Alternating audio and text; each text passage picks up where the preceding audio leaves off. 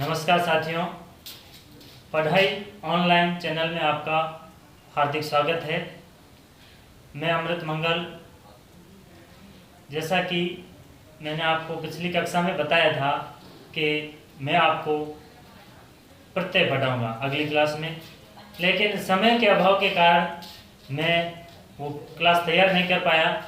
लेकिन अगली क्लास में मैं आपसे वादा करता हूँ कि प्रत्यय ज़रूर पढ़ाऊंगा, वो भी ऐसी शानदार ट्रिक के साथ कि आप पढ़ाते ही देखते ही प्रश्न को जान जाओगे कि इसमें उत्तर या इस शब्द में कौन सा प्रत्यय है। तो वो तो क्लास तैयार नहीं हो पाई, लेकिन आज की जो क्लास है वो बहुत ही महत्वपूर्ण क्लास है हमारे रीड के लिए, जो कि है छंद। इसका प्रश्न जरूर आता है, एक श्लोक आएगा, उसमें हमें छंद को पहचानना है कि इसमें छंद कौन सा है। तो आज ऐसी जबरदस्त ट्रिक लेके आया हूँ छंद के बारे में। जैसे ही आप उस श्लोक को देखोगे तो आप ये जान जाओगे कि इसमें कौन सा छंद है। तो आइए हम इस क्लास को शुरू करते हैं। शुरू करने से पहले से मैं आपसे अनुरोध करता हूँ कि इस चैनल को सब्सक्राइब जरूर करें, शेयर करें, लाइक करें। चलो इस क्लास को शुरू करते हैं। आज देखो, छंद 14 प्रकार के हैं हमारे, और जैसा कि मैंने पीछे लिख के रखा है, ये है मात्राएं हैं। छंद में क्या है, मात्राएं गिनी जाती है या वर्णों को गिना जाता है, तभी हमें पता चलता है कि कौन से श्लोक में कौन सा छंद है। तो वैसे तो कई सारे नियम हैं इसके, जैसा कि आपने पढ़ा होगा, किसी श्लोक को पढ़ते हुए आप लघु गुरु लगाते हो, कोई वर्ण गिनता है, तो बहुत जरूरी है वो जानना कि लघु गुरु लगाना आपको आना चाहिए श्लोक में, या वर्णों की गिनती करनी आनी चाहिए, और उस नियम आपको आने चाहिए। जैसा कि आपको पता है कि पूरा वर्ण है तो उसको एक गिना जाएगा, आधा वर्ण है तो उसको गिना नहीं जाएगा, हलंत वाला है तो इसको गिना नहीं जाएगा। ऐसे कुछ नियम है, वो आपको आने जरूर चाहिए। चलो हम शुरू करते हैं। छंद में आपको पहला आपको याद करना है, वो क्या है, ये नियम, ये श्लोक है छोटा सा, ये आपको आना चाहिए। यह माता राज भान सलगा, यह माता राज भान सलगा, ये आपको आना चाहिए। छंद अपने आप हो जाएगा। अगर प्रश्न ये भी आता है कि गण कितने होते हैं, तो गण होते हैं 8। गण कितने होते हैं? 8 होते हैं। गणों की संख्या 8 होती है। देखो, पहला हम लेते हैं अनुष्टप। अनुष्टप कोई भी श्लोक है, प्रश्न पूछ लिया श्लोक को और इसमें कौन सा छंद है, तो हमें जानकारी होनी चाहिए कि अनुष्टप है। जैसे हम वर्णों की गिनती करते हैं, तो अगर संख्या 8 आ जाती है वर्णों की, तो उसमें क्या हो जाएगा? अनुष्टप। क्या हो जाएगा? अनुष्टप।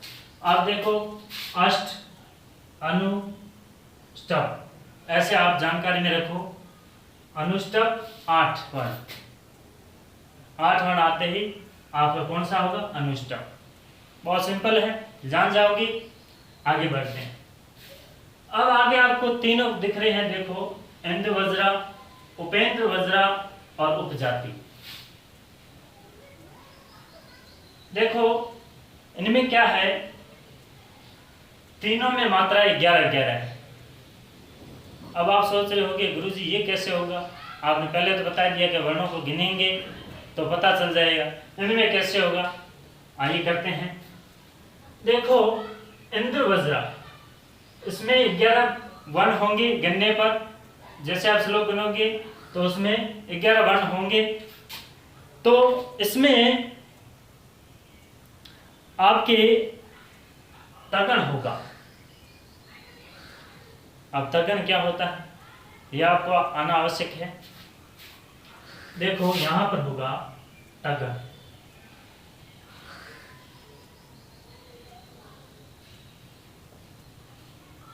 यहां पर होगा तगन।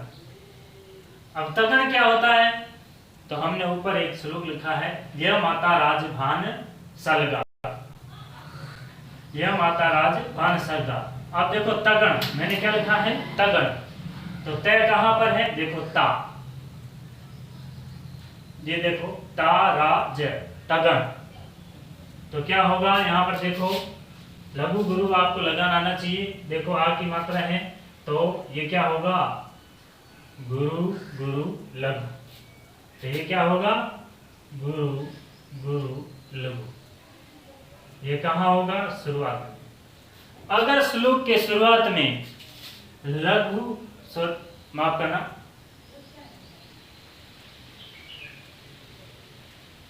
दीर्घ दीर्घ और लघु, या फिर कहो गुरु गुरु और लघु।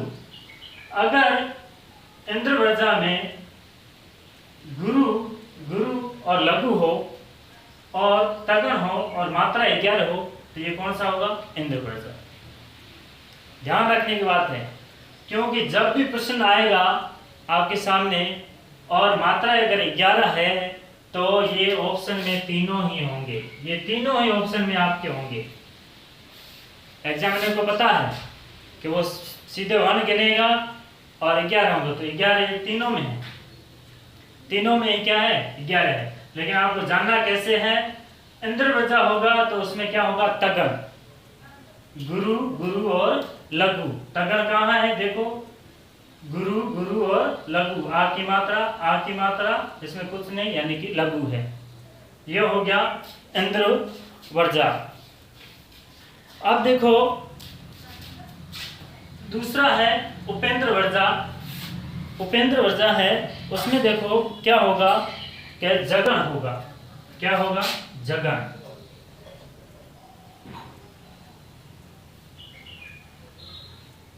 अब देखो जगण कहाँ है, जय कहाँ पे है, यह माता रा ज, इसको मिटा देते हैं ज।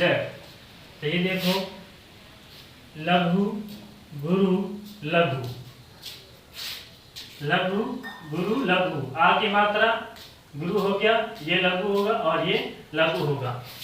जहां पर श्लोक में शुरुआत में लघु गुरु और लघु से शुरुआत होती है और मात्रा 11 हो तो ये हो जाएगा उपेंद्र वर्जा।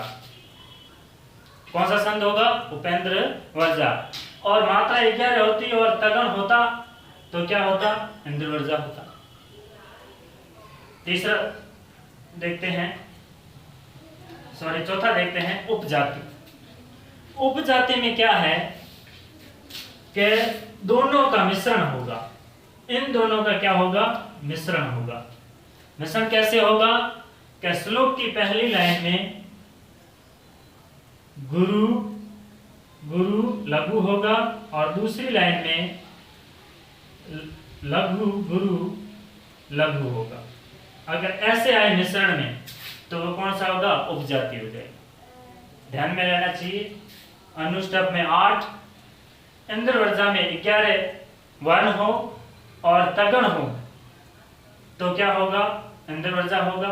उपेंद्रवर्जा उसमें क्या होगा 11 वर्ण और जगण होगा। उपजाति में क्या होगा 11 वर्ण और दोनों का क्या है मिश्रण है। पहला ये वाला लाइन, दूसरा ये। आपको इतना ध्यान में रखना है। ऑप्शन में आपके तीनों ही होंगे। एग्जाम में ऑप्शन में पूछेगा तो ये तीनों होगा, एक नहीं होगा। एक होगे तो आप पहचान जाओगे सीधा 11 है, हाँ कोई भी एक है तो उत्तर लगा लोगे। और ये ऑप्शन में 2 होंगे या 3 होंगे तो आपको ये याद करना पड़ेगा। पांचवा देखते हैं वंशस्तर। ये है, इसमें कितने वर्ण हैं 12। द्रुत विलंबित छठा है, इसमें भी कितने हैं 12। और भुजंग पर्याप्त इसमें भी कितने हैं 12। अब इसको भी जानना पड़ेगा, वो भी ऐसे ट्रिक है। देखो आपको ध्यान कहाँ रखना है कि कोई भी श्लोक आता है तो शुरुआत में होगा। मैंने आपको बताया ये शुरुआत में लगेंगे। शुरुआत में अगर इंद्रवर्जा के तगण आता है, उपेंद्रवर्जा में जगण और उपजाति में दोनों का मिश्रण होगा। ये आए और वंशस्थ में 12 वर्ण, द्रुत विलंबित में 12 और भुजंग पर्याप्त में भी 12। आइए जानते हैं कि इसमें क्या होगा। तो देखिए वंशस्थ में होगा जगण, द्रुत वलंत में होगा नगण, और भुजंग पर्यात में होगा जगण, नगण और यगण। सारा खेल इसका आना चाहिए। यह माता राज भान सलगा, फिर आपको अपने आप आ जाएगा। देखो वर्ण कितने होंगे वंशस्थ में 12, द्रुत वलंबित में 12, भुजंग पर्यात में 12, लेकिन जानना कैसा पड़ेगा इस सूत्र से। देखो यह माता राज भान सलगा। अब जगण है, देखो जगण देखो क्या है, लघु गुरु लघु, देखो लघु गुरु लघु। अब है नगण, नगण देखो लघु लघु लघु, लघु लघु लघु। यगण है, यह से शुरू होगा, देखो यह कहां पे है, ये रहा, क्या होगा लघु गुरु गुरु, ये हो जाएगा लघु गुरु गुरु। बस ये ध्यान में आपको रखना है। अब आपको समझ में आना चाहिए, या आपको सूत्र याद होना चाहिए।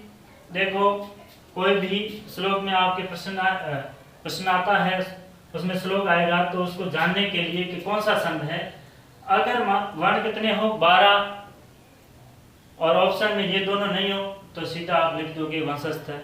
अगर वंशस्थ ऑप्शन में है तो, तीनों है तो आपको जानने के लिए क्या करना पड़ेगा, ये वाला सूत्र लिखो, आपको ये याद करना पड़ेगा। जगण होगा वंशस्थ में, क्या होगा जगण, द्रुत विलंबित में नगण और भुजंग पर्यात में यगण। जगण है तो क्या होगा, श्लोक की शुरुआत लघु गुरु लघु, द्रुत विलंबित में 12 वर्ण है, नगण है, लघु लघु लघु, यहां से शुरुआत होगी। देखो शुरुआत में, ये शुरुआत की बात करी, ये शुरुआत में होंगे, ऐसे हमें जानकारी मालूम होगी। भुजंग पर्यात, भुजंग पर्यात में देखो 12 है वर्ण यगण, यानी कि लघु गुरु गुरु से शुरुआत होगी श्लोक की, ये आपको आना चाहिए। अगला देखो वसंत तलिका, वसंत तलिका, इसमें कितने होंगे 14। बस सीधा आपको गिनना है श्लोक में वर्ण कितने हैं 14। बस 14 आते ही वसंत तलिका, कोई दूसरा 14 नहीं है।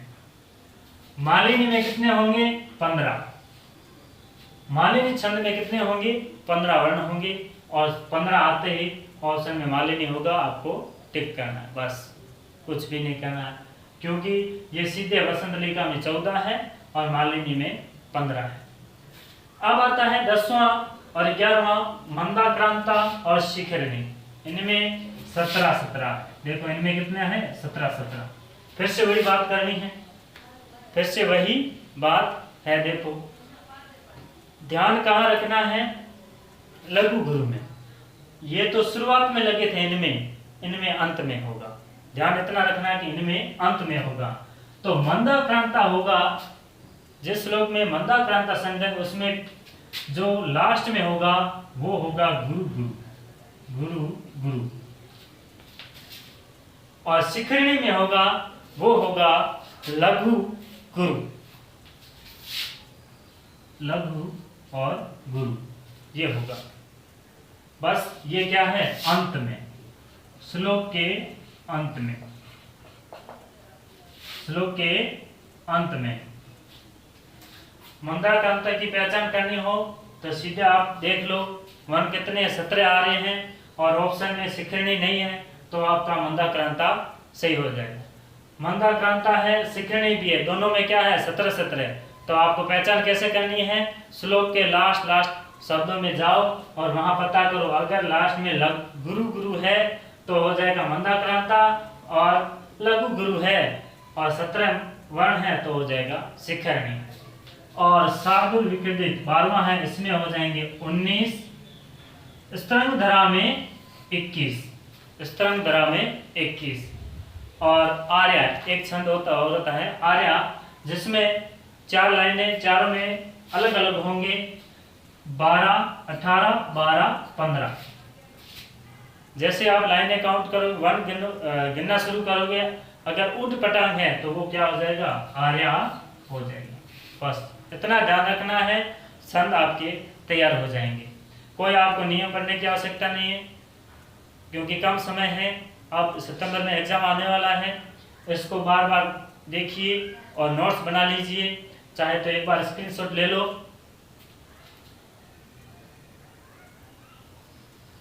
बस इतना ध्यान रखना। देखो अनुष्टप में 8, अब याद करने के लिए क्या करो, अनुष्टप 8, अनुष्टप 8, वज्रा वज्रा जाति, वज्रा वज्रा जाति, वज्रा वज्रा जाति, 11 11 11, 11 11 11। फिर वंशस्थ 12, वंशस्थ 12, द्रुत विलंबित, द्रुत विलंबित, तो आप सीधा याद करो, द्रुत 12, द्रुत 12, भुजंग 12, भुजंग 12, भुजंग 12। अब पीछे आपको ये याद होना चाहिए, अगर 11 वर्ण है तो इसमें पीछे टगण आएगा, उपेंद्र वज्रा में जगण आएगा, और उपजाति है तो दोनों का क्या है, मिश्रण है। वंशस्थ है तो जगण आएगा, द्रुत विलंबित है तो नगण आएगा, और भुजंग पर्याप्त है तो यगण आएगा। यह आपको आना आवश्यक है, ये श्लोक याद करना जरूर। यह माता राज बान सलगा, ये आपको आना चाहिए, फिर शब्द अपने आप हो जाएंगे। वसंत लिका 14, वसंत लिका 14, मालिनी 15, और मंदाक्रांता शिखरणी में 17 17, और अंत में क्या है, गुरु गुरु लघु गुरु, गुरु गुरु उसमें, और इसमें शिखरणी में लघु गुरु। ध्यान इतना रखना है। शार्दुल में 19, शार्दुल 19, स्त्रंधरा, स्त्रंधरा 21, स्त्रंधरा 21, और आर्य में थोड़ा उठपटांग होगा, वर्ण गिन लेना, ऊपर नीचे है तो सीधा आर्य ऑप्शन में होगा, टिक मार देना, आपका सही होगा। ये हमारा टॉपिक था सम। आशा करता हूँ आपको पसंद आया होगा। अगली क्लास 100% में प्रत्येक लूंगा, वो भी शानदार ट्रिक के साथ, और कोई प्रश्न आपका गलत नहीं होगा प्रत्यय में, न ही छंद में होगा, ये मेरी गारंटी है। तब तक के लिए नमस्कार, जय श्री राम। अरे बंद करी ना, तो बस की लाइव है, तू लाइव काट के क्या